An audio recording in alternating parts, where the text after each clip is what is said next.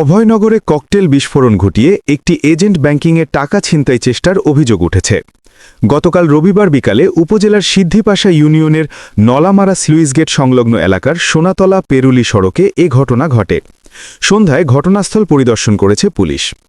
ইসলামী bank পেরুলি বাজার agent ব্যাংকিংয়ের পরিচালক ভুক্তভোগী শরীফুল ইসলাম বলেন, রবিবার বিকাল 4টের দিকে খুলনার শিরোমণি নিজ বাসা থেকে প্রায় 5 লাখ টাকা নিয়ে মোটরসাইকেল যোগে পেরুলি বাজারে যাচ্ছিলাম। পথিমধ্যে সিদ্ধিপাশা ইউনিয়নের নলামারা স্লুইসগেট এলাকায় পৌঁছালে দুর্বৃত্তরা 2টি ককটেলের বিস্ফোরণ ঘটায়। প্রাণ বাঁচাতে গ্রাহকের গচ্ছিত টাকা নিয়ে সড়কের পাশের একটি মাছের ঘেরে ঝাঁপিয়ে পড়ে চিৎকার শুরু করি। এই সময় পথচারীরা এগিয়ে আসলে 2 জন দুর্বৃত্ত অপর একটি মোটরসাইকেলে করে পালিয়ে যায়।